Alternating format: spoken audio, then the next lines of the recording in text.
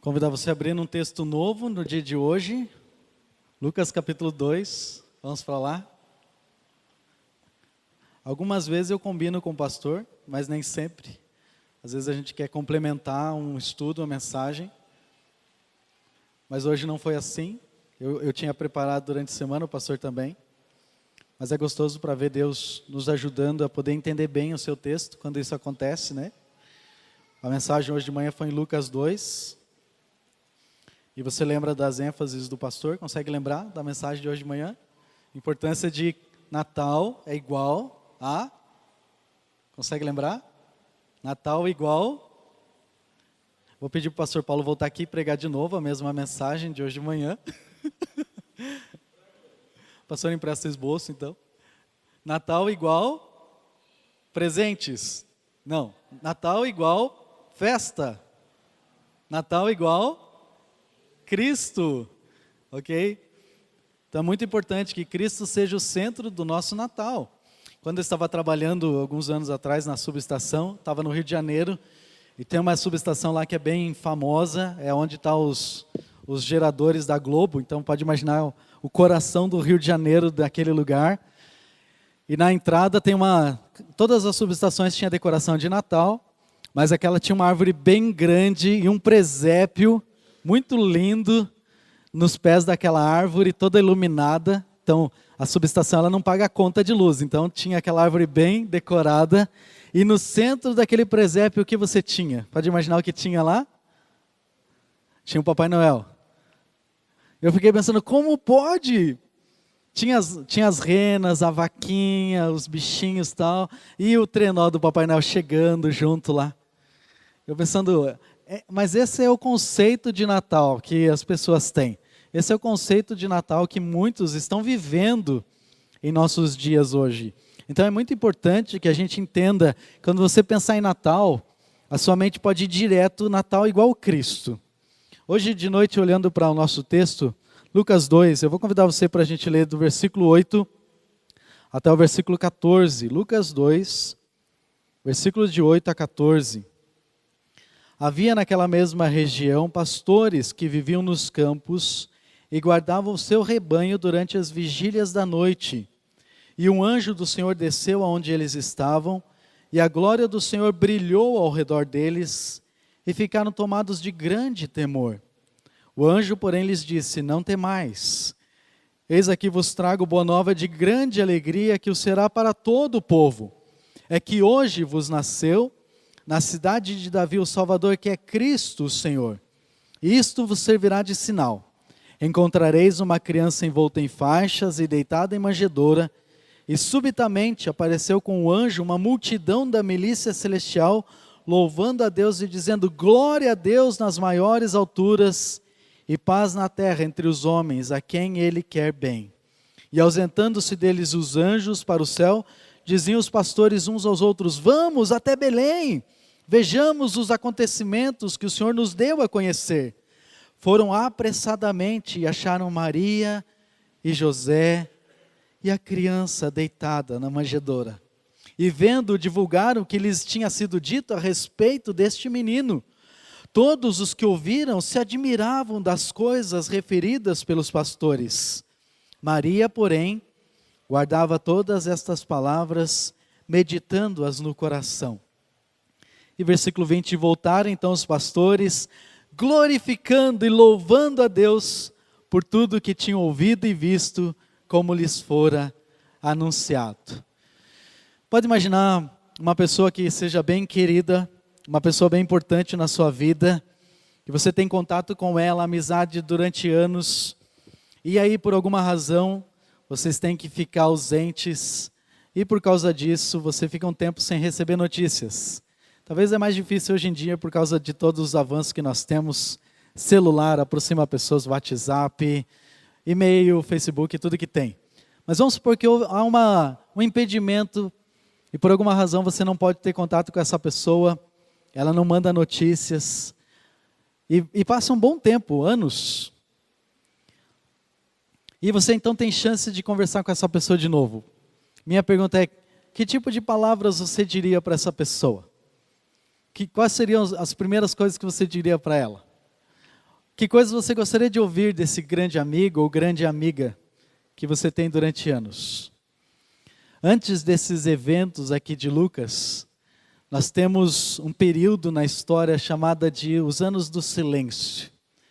Realmente, antes dessa cena que Lucas retrata, o que nós tivemos, as últimas palavras que o povo judeu tinha recebido está em Malaquias. Dá um pulo comigo para lá, deixa uma marca aí em Lucas, nós vamos voltar para cá. Mas olha como é que termina Malaquias. Esse é o último livro do Antigo Testamento e também o último profeta a trazer notícias para o povo de Israel.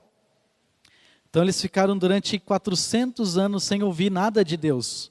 Um grande silêncio de Deus. Não tinha profetas, não tinha nenhuma outra mensagem vindo da parte de Deus, nenhuma outra revelação, só essas últimas palavras.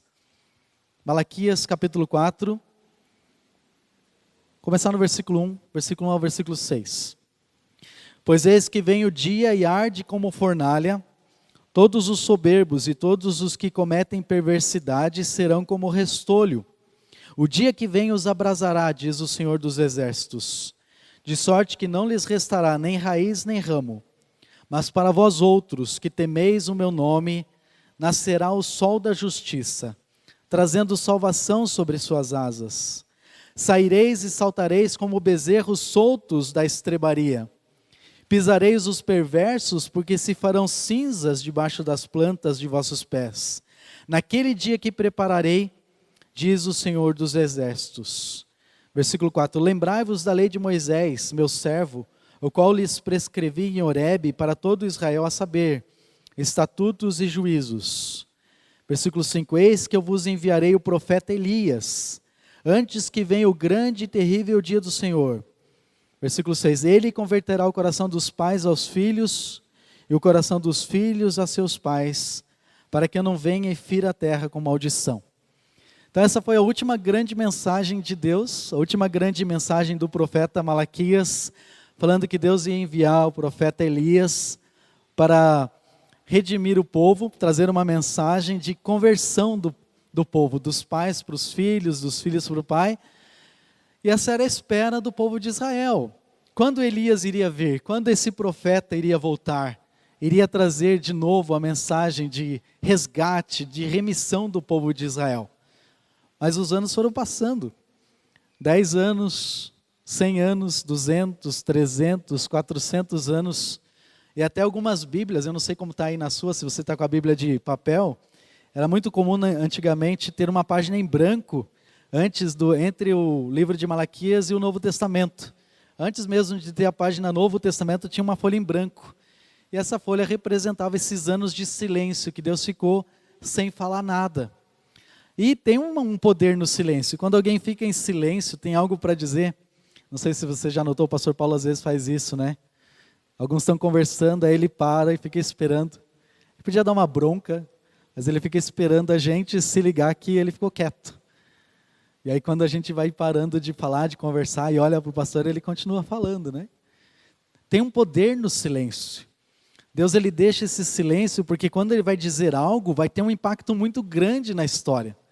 E é tão interessante que Deus começa para falar, especialmente na mensagem de Deus agora, é o cumprimento daquilo que Deus tinha dito em Malaquias. Um aspecto desse cumprimento é a vinda daquele que iria trazer a mensagem de libertação do povo. E essa é a grande mensagem. Já aconteceu esse tipo de dúvida chegar de uma maneira sutil nos seus pensamentos? Aquele silêncio de Deus que parece que Deus está tão quieto, em dias de dificuldade, dias de problemas, e você talvez está esperando abrir a Bíblia e ter um versículo que fala justamente aquilo que você está precisando, mas não tem algo assim. E aí você pensa, será que isso é real? Será que isso é verdade? Lembra da mensagem domingo passado do pastor? Lembra? 2 Pedro, que ele não está, capítulo 3, versículo 9.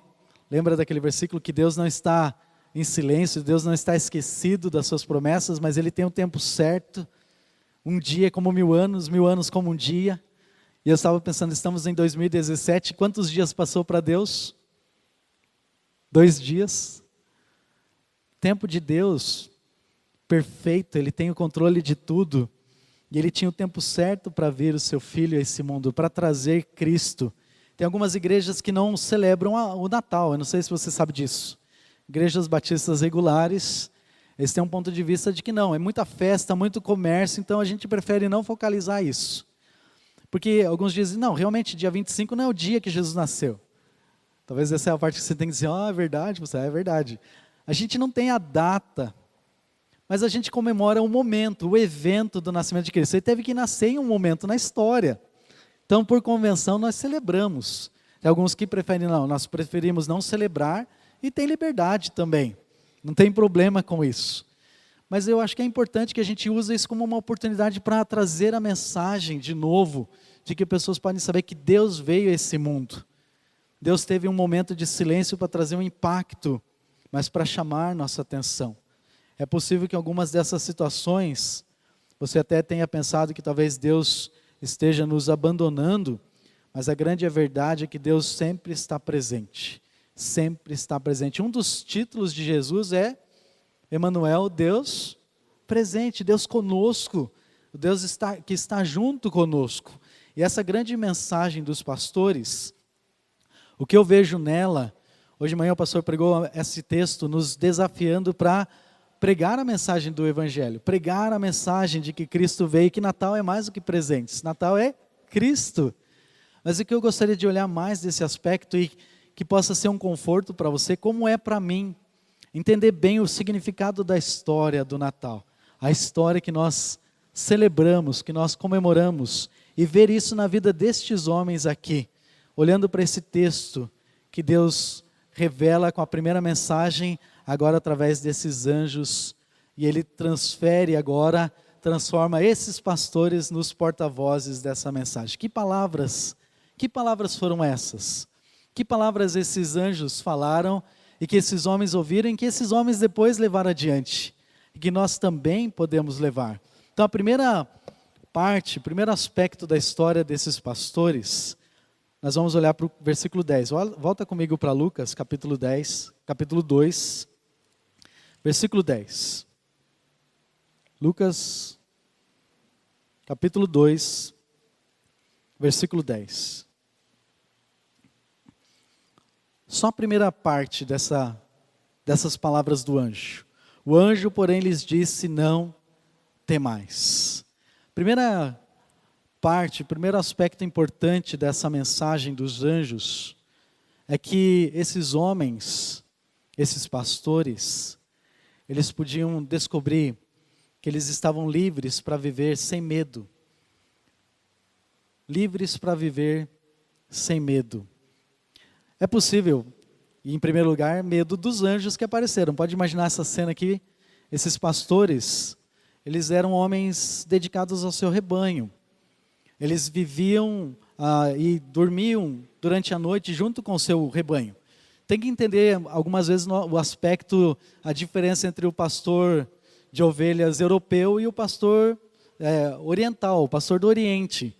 Muitas vezes nós temos a mente do pastor da Europa. O pastor europeu, o propósito dele em ter um rebanho era multiplicar o rebanho e vender para carne, churrasco.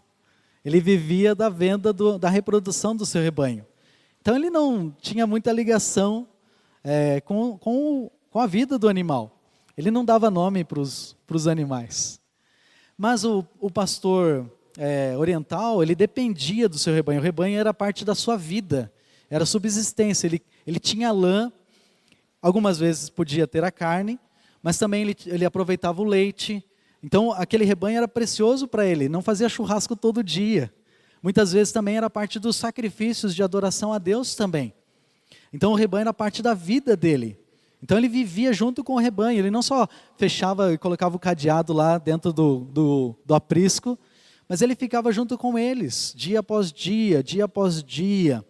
E também ficando nesses lugares desertos, você sabe, não tinha luz elétrica, não tinha lanterna de LED, nem lâmpada, nem o celular com luz. Muitas vezes era só a luz da fogueira que eles tinham para se manter, se aquecer. Eventualmente noites de lua cheia, muito comum isso no interior, mas não é regular, né? São períodos em que você tem. Então a vida deles muitas vezes era esse dia a dia. à noite dormindo cedo, especialmente aqui nesse período. E agora imagina comigo, de repente, a área em que eles estão é iluminada como o sol. Pode imaginar essa cena, o sol vai aparecido apenas para eles. Então esse anjo aparece, surge, e a Bíblia diz que eles estavam com medo. Eu me ligo muito com esses anjos, eu acho que eu estaria junto com eles aqui. Essa expressão no versículo 9, ficaram tomados de grande temor, realmente eles ficaram apavorados. Eles ficaram atônitos, eles estavam pensando, o que está acontecendo aqui, nessa cena? Então quando os anjos surgem, eles ficam com muito, muito medo. Eles ficam apavorados com o que está acontecendo. Então as primeiras palavras do anjo é bem importante aqui.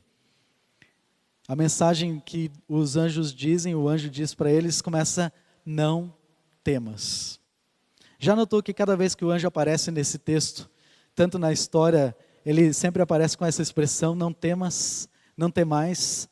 Ele faz isso com Zacarias e Isabel, quando o anjo aparece para Zacarias, para anunciar que Isabel vai ficar grávida de João Batista. Ele fala, a primeira frase é, não temas. Também quando aparece para Maria, ele fala, não temas, ó agraciada. Quando ele aparece para José, Mateus capítulo 1, você pode ver, ele fala, não temas receber Maria, sua esposa. Então é uma expressão importante. Nós temos uma tendência para ficar com medo. Meus avós, eles gostavam muito de ver filmes. Minha infância, muitas vezes, era vendo televisão preta e branca, logo que chegou.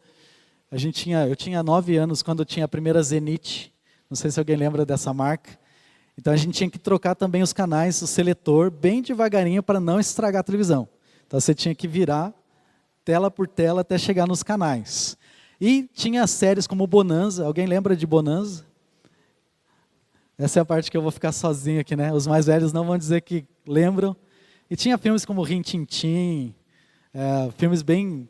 Era gostoso, era uma coisa de família, para estar juntos, não tinha nenhum problema com palavrão, ou as coisas que a gente sofre hoje em dia com os filmes, né? E uma dos filmes que sempre tinha Bang Bang, era a hora que tinha os índios tomando forte, e eles estavam encurralados, os mocinhos, então tinha a corneta que tocava, e você tinha um alívio, porque você sabia que estava chegando a cavalaria chegou, e está todo mundo salvo então. Dava aquele alívio de ver a história, porque aqueles índios malvados não iam conquistar o forte. Então todos aqueles cowboys que estavam condenados, no último minuto possível, você podia ouvir aquela corneta e a cavalaria vindo para o resgate. Qual é a aplicação que a gente pode ter aqui? O anjo, ele diz, não tenha medo. E esse eco não é somente pelo momento que eles estão vivendo de medo, mas eu creio que é um eco de toda a história de todos nós. Nós não precisamos mais ter medo. Por quê? Porque o Deus Todo-Poderoso chegou para nos resgatar. O Deus agora que estava silente, o Deus das promessas do Antigo Testamento chegou. Ele veio para cumprir as suas promessas. Ele veio para ser o remidor, o salvador. Você não precisa mais ficar sem esperança. Você não precisa mais ter medo do poder do pecado. Você não precisa mais ser controlado pela dúvida de qual é a respeito da eternidade, do futuro, do sofrimento eterno. Você não precisa mais ficar preocupado com o declínio desse mundo, aonde as coisas vão dar. Onde tantos estão sendo controlados pelo medo. Qual vai ser a eleição do ano que vem? Quem vai ocupar a presidência? Quem não vai? O que vai acontecer com o nosso país?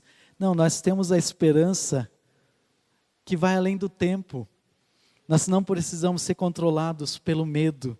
Nós somos livres para viver sem medo, sem controlado pelas circunstâncias, pelas situações da vida, nem pelas dores, nem pelos sofrimentos que nós podemos passar. Nós podemos ter a esperança, nós podemos saber da verdade que Deus veio para o mundo. E Ele veio para cumprir as suas promessas, para ser o meu Salvador e para ser o seu Salvador também. Então esse é um dos grandes aspectos da história dos pastores. Eles eram livres para viver sem medo. E nós podemos viver assim também. Não ser controlado pelo medo, que muitas vezes chega de maneira sutil, de várias formas em nossa vida, mas nós podemos vencer o medo com nossa coragem, nossa dependência de Deus. nossa confiança naquilo que Ele diz, que Ele promete, que Ele vai cumprir. Ele falou isso em Malaquias: espera, eu vou mandar o meu profeta. E Ele fez isso. Demorou 400 anos. Hoje nós estamos esperando há 2000 anos a volta de Cristo. Mas não importa o tempo, porque Ele vai cumprir as suas promessas. Ele vai cumprir a sua palavra. Esse é o Deus que nós temos. E Ele nos libertou para nós vivermos sem medo. Você é controlado pelo medo? Qual é a coisa que mais te causa medo? Você pode encontrar no Senhor toda a esperança para ter vitória sobre os seus temores. E os pastores podiam encontrar isso também. Poder encontrar nele não mais o medo, mas a segunda coisa que a história nos mostra, na continuação do versículo, eles eram livres também para viver com alegria. Olha o que continua dizendo o versículo 10. Não temais, eis aqui vos trago boa nova de grande alegria, que o será para todo o povo. A mensagem de alegria não era só para os pastores, mas era além dos pastores para todos os povos, não só daquele tempo, mas de todos os tempos. Esses pastores, a história deles conta da liberdade para viver com alegria. Por que isso é importante? Eu acho que o que é gostoso é entender o ponto de vista desses homens no momento que eles estão vivendo, porque isso é tão especial aqui na história. Talvez uma coisa que ajuda a entender quem eram esses homens, qual era o ponto de vista da vida que eles viviam. E o que nós precisamos entender é que esses pastores, eles não viviam num mundo social, cultural, religioso, amistoso. Eles eram pessoas segregadas, eles eram pessoas separadas do convívio da sociedade judaica daquele momento. E tem pelo menos 4 razões principais. A primeira razão é pelo próprio tipo de trabalho que eles fazem. Nota, eles são pessoas que o trabalho deles exige um afastamento da cidade. Eu não sei se você já viu ovelhas, se você já mexeu com ovelhas, mas ele é tipo um cortador de grama. Se você deixar num lugar fechado, ele vai e come, não come de maneira regular, mas ele acaba com a grama. Então você precisa ter mais pasto, um lugar amplo. Então você vai caminhando, os pastores eles iam fazendo um rodízio, caminhando por regiões grandes e distantes da civilização, das cidades, para poder manter os seus rebanhos, para que ovelhas possam pastar livremente. E não somente o seu rebanho, mas também outros rebanhos que tinham também, que algumas vezes ficavam juntos para pernoitar, mas durante o dia eles se separavam para continuar levando os rebanhos. Lembra, ele depende desse rebanho para sobreviver. Você vê isso, por exemplo, na história do próprio rei Davi. Quando Davi é um pastor, olha comigo 1 Samuel 17, embora o texto não diga que Davi estava longe, mas você pode perceber isso pelos perigos que ele enfrentava. 1 Samuel capítulo 17, dá um pulo comigo lá no Antigo Testamento. A gente poderia olhar capítulo 15, quando fala da escolha de Davi para a unção, como os irmãos vão chegando diante do pai, diante do profeta Samuel. Então quando todos os filhos passam, Samuel fala, é só esses seus filhos? Ele fala, não, tem mais um, está cuidando dos rebanhos, está longe, esse menino só fica longe, só quer ficar lá tocando harpa. E ele fala, então manda chamar ele. Pode imaginar, fica imaginando quanto tempo será que levou, meia hora, 1 hora, para alguém ir até lá, achar Davi, depois ainda trazer Davi de volta. Mas um outro momento que a gente pode ver isso é 1 Samuel 17. Olha o versículo 34 e 35. Aqui tem a cena em que Davi vai matar o gigante, né? Você conhece bem essa história. Começa no versículo 33. Porém Saul disse a Davi, contra os filisteus não poderá ir pelejar com ele, pois tu és ainda moço e ele guerreiro desde a sua mocidade. Versículo 34. Respondeu Davi a Saul, teu servo apacentava as ovelhas do seu pai, quando veio um leão ou um urso e tomou um cordeiro do rebanho. Eu saí após ele e o feri, e o livrei o cordeiro da sua boca. Levantando-se ele contra mim, agarrei-o pela barba, o feri e o matei. Pode imaginar que moleque, se Lucas chega em casa falando um dia, pai, eu matei um leão porque ele pegou uma das ovelhas. Você está louco, menino, o que você está fazendo? Onde você está indo com as ovelhas? Isso mostra que ele estava indo para uma região mais para ter leão, ter urso, eram lugares que eram mais distantes. Então, o tipo de trabalho que esses homens faziam exigia um afastamento das cidades. Segundo motivo, era porque ninguém ninguém gostava de ficar perto deles. Por causa desse constante contato com as ovelhas, pensa comigo, que tipo de cheiro você acha que esses homens tinham? Cheirou de Chanel 55? Lá na Dona Ismênia, na fazenda, anos atrás a gente fez alguns retiros com jovens, o pastor Paulo estava junto em um deles no começo lá, e tinha uma época que o seu Lúcio estava cuidando, tinha ovelhas lá, e eu peguei a Diana era bem pequenininha ainda, e eu falei, vamos lá ver as ovelhas bonitinhas, fofinhas, né, no aprisco. Falei, olha, a realização de um sonho da escola dominical, né? Peguei a Diana no colo e falei, olha filha, as ovelhas, os animais queridos da Bíblia. E a Diana olhou assim, eu falei, o que você acha, filha dela? Eu não gosto. Eu falei, mas como, filha, você não gosta? Elas são fedidas. Eu, não, você não fala isso, né? Não pode falar isso, é pecado falar que ovelhas são fedidas. Mas ali foi o momento que caiu a minha ficha. Por quê? Porque às vezes a gente vive muito nas histórias da escola dominical que não são ruins, mas naquele romance, naquela fábula que na realidade não é a verdade, é que a vida não é cheirosa. Então a realidade da realidade nua e crua da vida, e olhando aquelas ovelhas e parando para pensar em tantas coisas que a Bíblia às vezes a gente romanceia, mas não é romance. Nós celebramos a ceia, comemos do pão e do suco, mas a realidade é que isso custou a vida do nosso Salvador. Ele teve que morrer de verdade, derramar sua vida, seu sangue, seu corpo ser perfurado, batido, a sua barba arrancada, esbofeteado por causa dos meus pecados. Então a verdade, ela não é cheirosa, ela é dura, ela é real. E esses homens eram homens reais, e não eram pessoas que você tinha, não eram agradáveis de estar junto com elas. Pessoas que, essa era a vida delas, então não eram pessoas que as pessoas gostavam de estar junto delas. Terceiro motivo, e também talvez um dos mais complicados, é porque eram pessoas de má reputação. O pensamento geral, social, nesse tempo, é que se alguém não conseguia se qualificar em qualquer outra profissão, o que ela fazia? Vai cuidar de ovelha, vai ser pastor de ovelhas. Então esse era o conceito geral. O povo considerava esses homens impuros. Para alguns eles eram até considerados ladrões.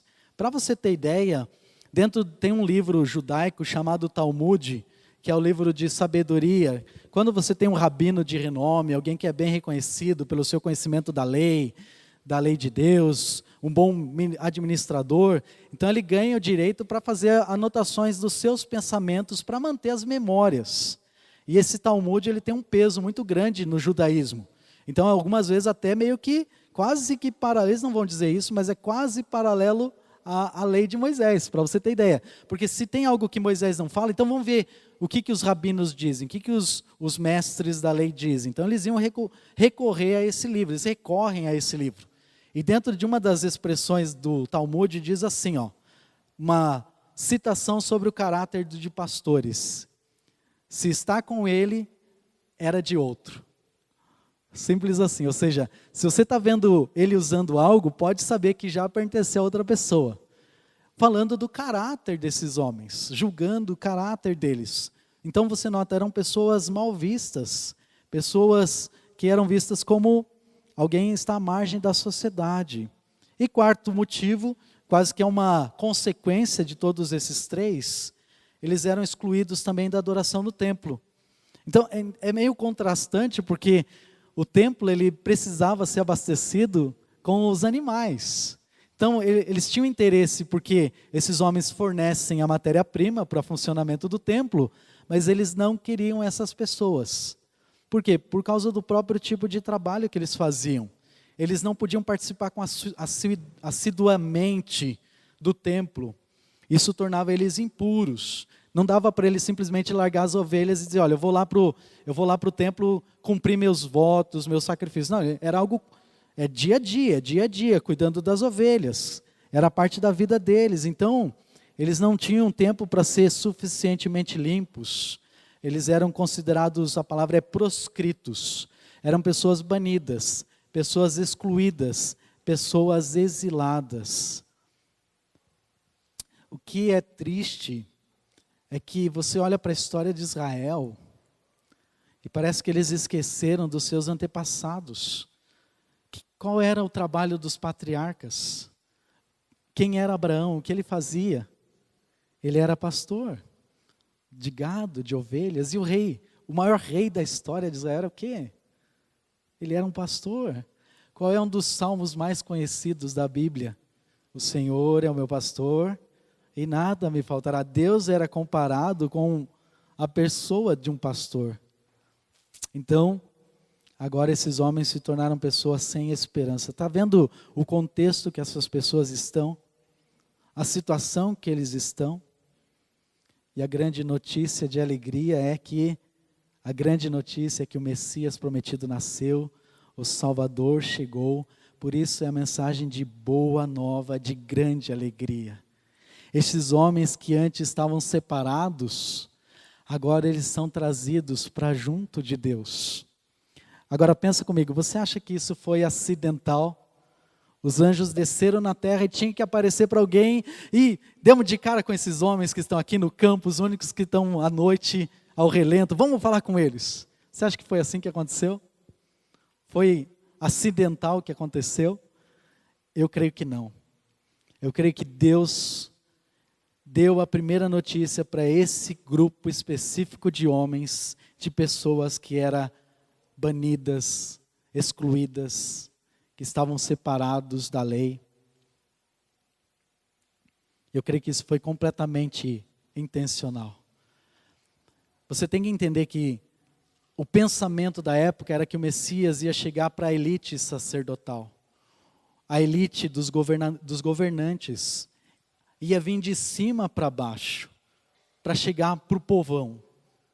Eu acredito que é exatamente pela desesperança, talvez a classe social que mais estava se sentindo desesperançada sobre assuntos religiosos, sobre Deus, foi onde Deus quis mostrar para eles que tem esperança. E esse é um aspecto muito importante da mensagem de Natal. A falta de esperança nesse mundo foi superada pelo Salvador. O Cristo, Senhor, que traz a salvação. É Ele que traz esperança e alegria. E tudo isso é revelado para quem? Para esses pastores humildes. Deus começa com aqueles que são os mais improváveis da história. Deus começa se mostrando para essas pessoas. É interessante. E isso acontece para nós também. Por isso a boa nova de grande alegria é a mensagem que Deus está agora trazendo todos os homens para perto de si. Eu creio que essa é uma mensagem muito importante que a gente não pode esquecer do Natal. Nós podemos ser crentes alegres, podemos ser pessoas alegres porque Cristo veio, independente de quem nós somos. E Ele se revelou para nós. Está dando para entender? Não foi nós que chegamos até Deus. Vamos ficar em condições espirituais de poder chegar diante de Deus e sermos limpos, então adorar o Senhor. Está dando para entender esse ponto? Não, é Deus, independente de como nós somos e nós estamos, Ele se volta para nós. Por quê? Porque nós nunca íamos ter condições de ser limpos, santificados o suficiente para que Deus nos aceita. Está fazendo sentido isso? Deus começa com as pessoas mais improváveis do mundo, Ele pega essas pessoas. O que eu quero que você entenda é que essa história do Natal, para as pessoas que estavam ouvindo isso, era um choque tremendo. Para o judeu, talvez o próprio apóstolo Paulo ouvindo, eu não sei como que Lucas, eu fico imaginando, será que Lucas foi para esses pastores? Eu fiquei calculando durante a semana, é bem possível que Lucas podia encontrar com esses homens de novo. Ele podia chegar para eles, olha, quem são os pastores? Foi vocês que viram? Conta para mim de novo. Pode imaginar ele chegando e os pastores, olha, aquela noite aconteceu o seguinte, transformou completamente a nossa vida. Nós estávamos longe, sem condições de adorar nada sobre Deus, Eles só vinham para pegar nossas ovelhas e fazer as compras e vender, mas nós não tínhamos condições de poder ir lá. Mas Deus veio até nós. Ou a própria Maria, porque o texto aqui diz, né, que Maria estava lá vendo tudo isso. Eu fico imaginando o apóstolo Paulo ouvindo essas histórias na primeira vez, Lucas narrando, compartilhando com ele. Talvez Lucas estava escrevendo o evangelho nesse momento, junto com as viagens de Paulo, na história, nesse mesmo momento. E Paulo dando uma olhada nos escritos de Lucas e pensando, o que Deus estava fazendo? Porque ele era da nobreza, ele era a pessoa que poderia ser a pessoa que era a chave para Deus se manifestar primeiro. E Deus vai para as pessoas mais proscritas, as pessoas mais improváveis, porque esse é o nosso Deus. Ele faz isso com a gente. É uma história de humilhação, é uma história para nos trazer no lugar certo, é para nós descermos do degrau e dizer, Senhor, tem misericórdia de mim, porque eu sou pecador. Eu não sou alguém que está na posição de ser alguém que pode exigir do Senhor, da sua graça, da sua misericórdia, mas tem misericórdia de mim, tem piedade de mim, porque eu sou a pessoa que o Senhor não precisava se revelar. Mas Deus nos vem, Deus nos alcança em nossos pecados, em nossas condições. Precisamos ter essa ciência do Natal. A história do Natal é uma mensagem de alegria, que Deus veio até nós. Nós não teríamos nunca condições de chegar até Ele, mas Ele se veio e se revelou até nós. Então essa é a grande história do Natal, que Deus veio para nos deixar ser livres do medo, e também ser livres para viver com alegria. E terceiro e último aspecto aqui, a história dos pastores nos conta também da liberdade para adorar a Deus. Lembra, esses homens, eles não podiam adorar a Deus de maneira livre, de maneira completa. Olha comigo para Lucas, capítulo 2, versículo 20. O final da história, pelo menos dessa cena, né? Não o final da história, é o começo da história do Natal, né? Da vida de Cristo.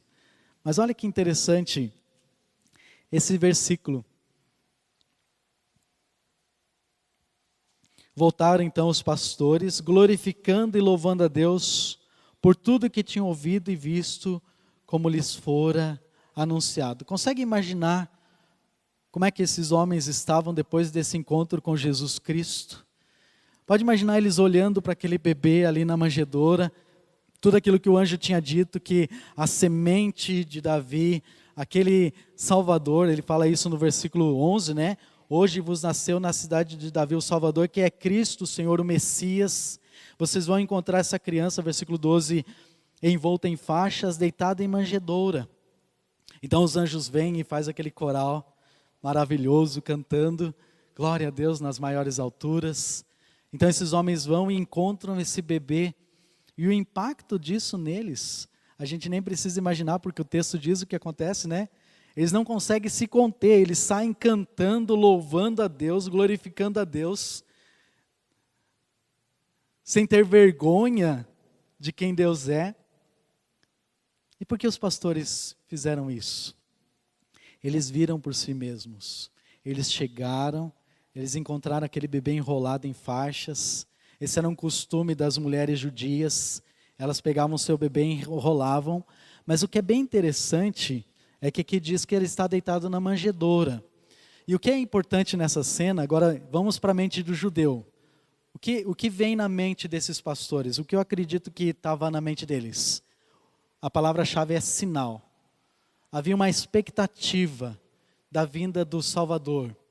E essa expectativa, ela sempre estava baseada na semente. Então, se você ler a Bíblia no próximo ano, começa para ver essa perspectiva quando você estiver lendo os livros do Antigo Testamento. Sempre tem a esperança da semente. Deus tinha dito para Eva que a semente da mulher iria pisar sobre a serpente. Lembra dessa cena lá em Gênesis, capítulo 3? Era a primeira mensagem de que ia vir um Salvador. Essa era a promessa bem simples. Mas durante os livros, você sempre tem a esperança na semente. Porque a ideia é que esse vai ser o nosso libertador. Então, o povo de Israel sempre estava esperando, depois de Abraão, que o próximo remidor, quem iria remir o povo, eu não sei se eles tinham conceito de tudo que está envolvido, mas que o filho ia ser aquela semente, o filho ia ser o remidor, e depois o próximo, e depois o próximo, porque ele não se tornou, então vai ser o próximo. Então havia aquela expectativa da semente, e o judeu ele espera sinais, essa é uma característica do judeu. Eu conheci um judeu alguns anos atrás, ele chegou na igreja lá da Nova Esperança, ele entrou, e aí ele conversou comigo, ele falou, olha, eu sou repórter da Gazeta do Povo, é uma pessoa extremamente instruída, ele falou, eu sou judeu, eu não gosto de falar isso para todo mundo, porque logo as pessoas fazem muitas perguntas, alguns querem ir comigo na sinagoga, querem conhecer, e eu estava lá dentro de mim, né, eu quero ir junto com você na sinagoga, leva eu para a sinagoga, quero conhecer tudo. E eu lá, né, olhando para ele, com aquela cara de estou te entendendo, estou te ouvindo, porque eu não queria perder ele também, né. E ele falou, eu quero que você faça a sua oração durante a semana, que Deus me mostre um sinal. Porque eu falei de Cristo, apresentei o Evangelho para ele, ele queria saber quem era o Messias, quem era Jesus, se Jesus era o Messias, essa era a grande dúvida que ele estava vivendo nesse momento. E isso, 2012, mais ou menos, 2014, 2012 eu acho. Eu cheguei aqui em 2013, então um ano antes. E eu nunca vou esquecer esse homem instruído, capacitado, com muito entendimento. Ele olhou para mim depois que eu perguntei para ele, você quer confiar em Jesus como seu Messias, como Salvador prometido, aquele que veio cumprir as Escrituras? Eu falei para ele, vamos olhar Isaías 53. Ele falou, eu não posso olhar Isaías 53. Eu falei, mas por que não? Ele falou, porque nós somos impedidos, né? Ele não usou a palavra impedido, mas a gente não pode ler Isaías 53. Eu falei, que triste, né? Eu falei para ele, então, eu posso orar por você? Podemos orar juntos? Ele falou, então dá para a gente sair do prédio da igreja? A gente foi lá fora, ele tirou o quipá, colocou o quipá, e aí eu fiz a oração, ele me respeitou, eu achei uma atitude muito... E no final de toda a conversa ele falou, eu quero durante a semana ore que Deus mostre um sinal de que Jesus é o Messias. Eu orei muito a Deus, que Deus tivesse misericórdia. Eu falei para ele, o sinal que você precisa é as Escrituras, temos a palavra de Deus, ela é o sinal de Deus, completo e perfeito. Deus é tão grande, eu creio que Deus pode fazer um sinal. Não sei se Deus vai fazer, se Deus fez ou não. Eu nunca mais conversei com ele, nunca mais tive contato com ele.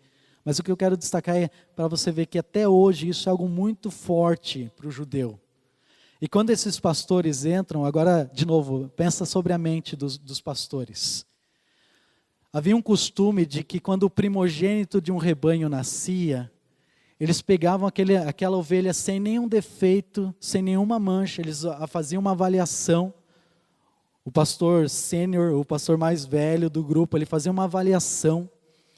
E aquela ovelha, então, se ela fosse aprovada, ela era então envolta em faixas e colocada na manjedoura, porque ela ia ser oferecida como sacrifício dos próximos anos, no dia da expiação do judeu, o dia mais importante na cultura judaica. O judeu não faz isso hoje porque ele não tem templo. Essa é uma característica do Apocalipse, da restauração. O anticristo vai restaurar o templo e vai restaurar os sacrifícios. Então aquela ovelha sem nenhuma mancha, ela era dedicada para aquele sacrifício anual em que o sacerdote ia entrar no Santo dos Santos 2 vezes, num dia só. Ele ia entrar primeiro e apresentar o sacrifício por si mesmo, o sangue pelos seus pecados. Ele iria sair e então trazer o sangue apresentando pelo sacrifício do povo. Essa era a oferta pela expiação do pecado da nação inteira. Então esse animal ele era muito, muito, muito especial. Ele tinha um tratamento muito específico. Agora pensa comigo, esses pastores estão fazendo isso ano após ano após ano, separando aquele cordeiro que vai pagar pelos pecados da nação, cobrir os pecados até que a semente venha. E quando esses homens entram dentro daquele estábulo, daquele curral, o que eles veem deitado na manjedoura? Eles entendem que aquela criança é o Salvador. Agora, chega para esses homens agora e fala assim, olha, não fala nada, fica quietinho, vai para casa, não conta para ninguém o que você viu. O que você acha que eles fariam com você? Você está maluco? Eu tenho que contar isso para todo mundo. Nós estamos vendo o Salvador, o Messias prometido de toda a história, de que nossos avós, nossos bisavós, nossos tataravós falavam. E nós estamos vendo ele aqui. Então os pastores, eles fazem exatamente o que o anjo tinha dito. E como resultado, eles rompem em louvor, eles irrompem em adoração. E qual é a aplicação disso para nós? Quando os pastores descobriram que a sua adoração e louvor se encontrava numa pessoa, não era mais o templo. Pode imaginar que coisa incrível e maravilhosa. A adoração não é mais restrita a um lugar, mas é uma pessoa. A adoração não é mais o templo e o santo dos santos, não que eles estavam desprezando isso, mas Cristo é maior do que o templo. O Messias é maior do que tudo aquilo que eles estavam vivendo. Então esses pastores, que sabem que nunca vão ficar limpos o suficiente para adorar, para se aproximar de Deus, eles estão agora na presença do Criador de tudo. Eles estão diante de Deus, da mesma maneira que Jesus veio para eles, é o jeito que Ele veio para nós. Os pastores, eles receberam o maior dom. Eles desfrutaram da liberdade de cultuar, de glorificar Deus por causa do seu Filho, o Messias, Jesus Cristo. E a minha pergunta então, Lucas, ele registra a história desses pastores. Homens que se tornaram verdadeiramente livres. Livres para viver sem medo de Deus. Livres para viver com alegria em Deus. E livres para louvar e adorar a Deus de forma tão completa, tão intensa. E a minha pergunta hoje é bem simples. Você é uma pessoa verdadeiramente livre? Ou você é uma pessoa que vive com medo? Você é um crente que vive com temores, com medos? Ou você é alguém que vive sem alegria? Sempre está controlado pela tristeza, sorumbático, cara fechada. As pessoas estão olhando para você e quando você fala de Cristo, parece que alguma coisa não encaixa, porque você fala de Cristo, da esperança de Cristo, mas elas não veem essa alegria de Cristo em você. Ou você é alguém que está adorando e servindo outros deuses. Não, você diz, Cristo é o meu Senhor, o meu Salvador, mas quem controla a sua vida, na verdade porque se você tem que fazer isso, Cristo vai ter que esperar um pouquinho, porque eu tenho que trabalhar 1 hora a mais. Não dá para chegar na quarta-feira, porque eu tenho que trabalhar 1 hora a mais. Qual é o seu Deus? Você é verdadeiramente livre? Jesus, ele nasceu para termos liberdade, para termos novidade de vida, o apóstolo Paulo diz. Os pastores, eles foram até Jesus. A minha pergunta hoje à noite, por que você não vai para Ele também? Por que você não vai até o Senhor? Ele é o Deus que chegou. Ele é o Deus que está aqui. Ele é o Deus que é o cumprimento de tudo. E Ele veio para trazer liberdade para nós. Verdadeira liberdade. Essa é a história dos pastores. Qual vai ser a sua história? Qual vai ser a sua escolha? Venha nesse Natal para Cristo.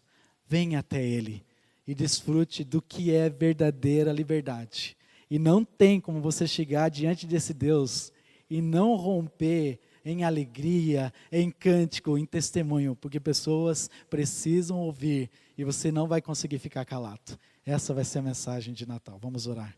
Querido Deus, obrigado ao Pai, por olhar para essa história de Natal que nós vemos a cada ano e relembrar alguns aspectos tão importantes de compreender a situação que esses homens estavam vivendo e da mesma maneira como o Senhor ilustra para nossas vidas. Nós não somos em nada diferentes do que estes homens, mas às vezes nos falta a compreensão do significado do que é verdadeiro Natal, do que é verdadeira liberdade no Senhor. Obrigado porque o Senhor veio para nos libertar e nos dar esperança. Nós podemos ter liberdade de medo, podemos viver uma vida com verdadeira alegria, mesmo em dificuldades, em problemas. E também, ó Deus, nós podemos romper em testemunho, em cântico, glorificando ao Senhor que nos alcançou, que muitos possam ver essas coisas, como diz o nosso texto, podem reconhecer em nós que nós encontramos Jesus. É isso que nós oramos, agradecidos e pedimos ao Senhor em nome de Cristo. Amém.